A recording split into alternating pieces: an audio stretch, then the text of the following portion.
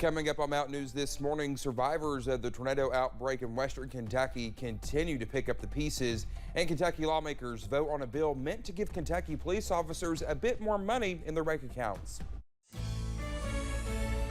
Dedicated to eastern and southern Kentucky, this is WYMT Mountain News this morning. Good Monday morning to you and happy Valentine's Day. It's February 14th. I'm Dakota Makris. Good morning to you. And let's take it over to Brandon for a quick look of our, calmish weather. Brandon, I was walking into the station this morning and I think I saw some flurries. You did. A few flurries out there this morning. I was driving in, saw a few in the headlights and a little bit when I got out of the car. But again, they'll be moving out here before too long. Just kind of a cold start to this Valentine's Day morning. We'll take a look and see what's going on. Cloudy too. Getting the clouds are starting to move out there in some areas. I actually saw when I first walked out of the house, the moon trying to peek through those clouds just a little earlier. But again, some flurries out there this morning. You might have picked up a light accumulation there, dusting and coating in some areas, especially closer to the Mountain Parkway overnight. 16 in Moorhead and 17 in Ashland, but everybody else is in the 20s this morning. Pine Mountain at 20. Actually, Logan's at 19 as well. 25 at Monticello and Harlan. Looks to be some of our warmer spots. And it looks like 27 in Hazard is our warm spot this morning. So a lot of low to mid 20s and upper teens out there. It's the day after Super Bowl, so I know you're tired. I know you need some coffee. Grab all the coffee you can get, plus a little cold out there, so it's a little extra out there this morning. So just be careful and bundle up. Your breakfast forecast for today, not looking too bad. Clouds early, skies start to clear later on, but temperatures start off in the low 20s for today. Dakota? All right, Brendan, thank you. Well, more than 2 months have now passed since tornadoes ravaged Bowling Green, but the impact on survivors is still very much there. Jordan Smith's home was leveled, his car totaled, and his belongings all ruined or blown away. From grappling with the terrors remembered of December 11th to figuring out where to live, what assistance is out there, and what all can be replaced, survivors like Jordan are taking life day by day. It takes a lot of time to build up your life, and it's going to take a lot of time to rebuild your life, and there's no better place to rebuild it than here in Bowling Green. Debris still covers his neighborhood, and what was remaining of his townhome was recently torn down. He says he will forever be grateful for the outpouring of support and love he received from his community and looks forward to his future back in Bowling Green. Well, the deadline to apply for FEMA or an SBA loan has been extended to March 14th.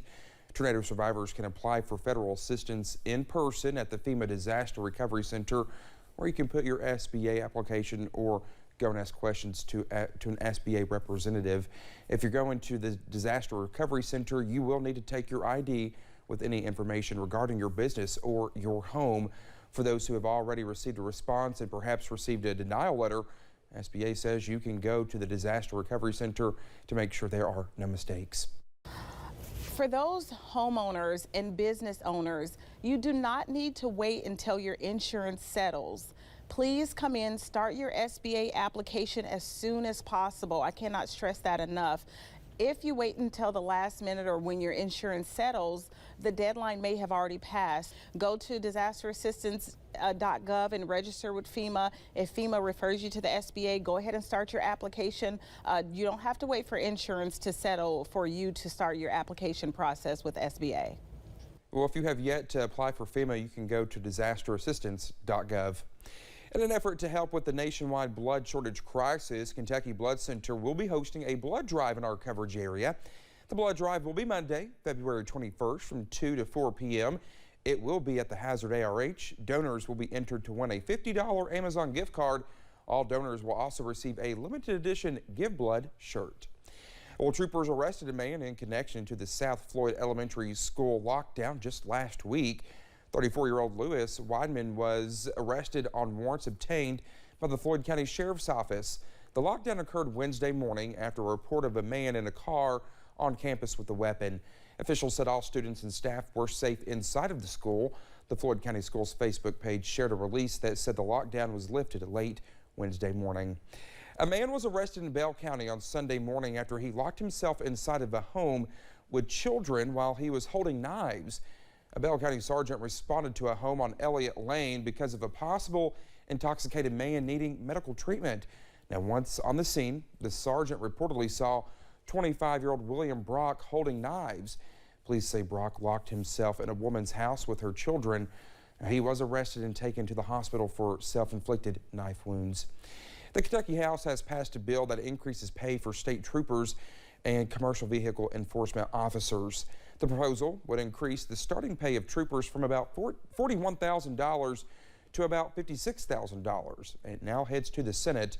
The legislation passed Friday would provide for a 10% pay increase for those at or above the rank of sergeant and a $15,000 pay increase for state troopers and commercial vehicle enforcement officers who are below the rank of sergeant. KSP ranks 74th among law enforcement agencies in Kentucky for starting pay. The Better Business Bureau is asking people to think twice before taking Facebook quizzes. Questions asking about personal information are circling on Facebook, but BBB officials say it's a scam. Sharing this information can give scammers just what they need to hack into your private accounts or steal your information. If you feel you have been a victim of this scam or another one, you can contact the BBB or local law enforcement for more information on what to do. Well, thank you so much for getting your Monday morning started with us here on Mountain News this morning.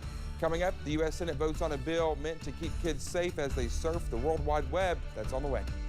And after some morning clouds and flurries, you're going to love the forecast later today. I have the detail in about 3 minutes.